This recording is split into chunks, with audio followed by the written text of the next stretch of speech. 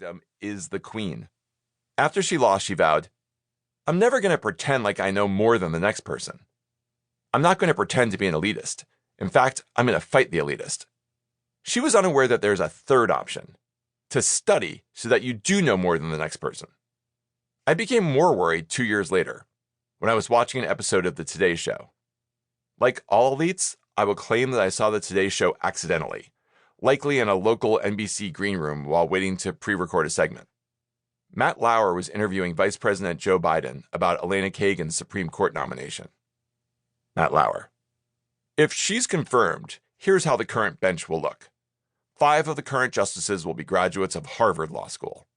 3 will be graduates of Yale Law School. Another will have gone to Yale Law School but graduated from Columbia. I have nothing against those fine institutions. I want smart people on the Supreme Court. But doesn't it sound a little elitist to you?" Joe Biden: "Well, I graduated from Syracuse University.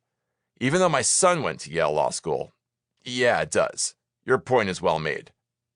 No, Matt Lauer's point was not well made, possibly because he was distracted by looking around the studio for an employee to sexually harass.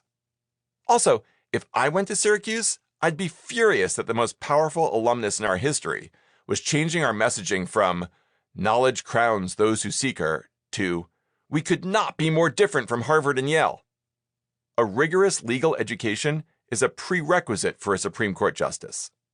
Someone armed with only the common sense that Syracuse professors apparently don't ruin with book learning is going to have a tough time figuring out how Congress's right to grant letters of marque and reprisal applies to cyber terrorism, which it does.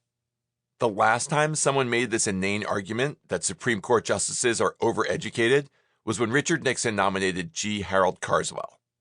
Senator Roman Haruska defended Carswell's worthiness to be a Supreme Court justice by saying, "Even if he were mediocre, there are a lot of mediocre judges and people and lawyers. They are entitled to a little representation, aren't they?" Back then, everyone mocked Haruska and didn't confirm Carswell. Now it feels like the opposite would happen. We can't afford that. Populists believe our complex society is so secure that disaster is near impossible no matter who's in charge. Elites know it's not. Most of our work is calculating risk and planning for contingencies. We invented reinsurance, and if you give us a few years, we'll come up with reinsurance. The myth that the elite are selfishly rigging the system while doing nothing useful conveniently ignores the fact that the system we've built is great. If this were a book about any other group of people besides the elite, this would be the part where I list all the amazing contributions we've made throughout history. I do not need to do that because elites created everything that ever existed except for Jello wrestling. The ancient Greeks came up with the wrestling, and university founder Peter Cooper invented gelatin. So the populists' only accomplishment is putting the two together. When populists get rid of the elite, the results are not pretty. In Cambodia in the 1970s, Pol Pot killed everyone who could read, wore glasses, spoke a foreign language, or was a doctor. Cambodia today is filled with some of the nicest, friendliest people on earth and has a thriving tourism industry. So it's not a great example. Still, you know how many Nobel Prize winners have come from Cambodia in the last 40 years? 0. Though I could see why you'd rather have nice people and tourism than a Nobel Prize, so again, bad example.